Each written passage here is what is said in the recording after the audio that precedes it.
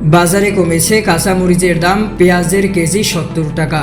রাজধানীর বাজারে আগের তুলনায় কাঁচামরিচের দাম কিছুটা কমেছে। বর্তমানে মান ও আকার ভেদে প্রতি কেজি কাঁচামরিচ ২৪০ থেকে ২৬০ টাকায় বিক্রি হচ্ছে। এর আগে সরবরাহ সংকট ও অতিবৃষ্টির কারণে কাঁচামরিচের দাম বেড়ে প্রতি কেজি ৪০০ টাকা পর্যন্ত উঠেছিল। পরে ভারত থেকে কাঁচামরিচ আমদানি শুরু হওয়া এবং বাজারে সরবরাহ বাড়ায় দাম কমতে শুরু করে। তবে কাঁচামরিচের দাম কমলেও পেঁয়াজের বাজারে খুব একটা স্বস্তি নেই।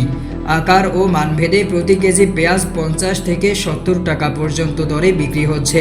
শনিবার ৮ আগস্ট দুপুরে রাজধানীর মিরপুরের মাটিকাটা কাঁচা বাজার ঘুরে এমন চিত্র দেখা গেছে। বাজারের বিক্রেতারা জানান, বর্তমানে বাজারে ছোট, মাঝারি ও বড় এই ৩ ধরনের পেঁয়াজ পাওয়া যাচ্ছে। এর মধ্যে কিছু পেঁয়াজ তুলনামূলক কাঁচা, আবার কিছু পুরোপুরি শুকনা। এসবের মান ও আকারের পার্থক্যের কারণে দামেরও তারতম্য রয়েছে। বর্তমানে মানভেদে প্রতি কেজি পেঁয়াজ ৫০ থেকে ৭০ টাকা দরে বিক্রি হচ্ছে। কাঁচা মরিচের ক্ষেত্রেও রয়েছে বিভিন্ন ধরন ও মানের পার্থক্য। বাজারের দেশি ও হাইব্রিড মরিচের পাশাপাশি লম্বা ও ছোট আকারের মরিচ এবং আমদানি করা মরিচ পাওয়া যাচ্ছে। এসবের মান ও আকার ভেদে প্রতি কেজি কাঁচা মরিচ ২৪০ থেকে ২৬০ টাকা দরে বিক্রি হচ্ছে। রসুনের দামেও মান ও ধরন ভেদে পার্থক্য রয়েছে। দেশি ছোট রসুন প্রতি কেজি প্রায় ১০০ টাকা দরে বিক্রি হচ্ছে। অন্যদিকে আমদানি করা বড় রসুন বিক্রি হচ্ছে প্রায় ১৪০ টাকা কেজি দরে। বাজারে অন্যান্য নিত্য প্রয়োজনীয় পণ্যের দামও খুব একটা কম নয়। মানভেদে সাদা আলু প্রতি কেজি ৩০ থেকে ৪০ টাকা এবং লাল আলু ৪০ থেকে ৫০ টাকা দরে বিক্রি হচ্ছে।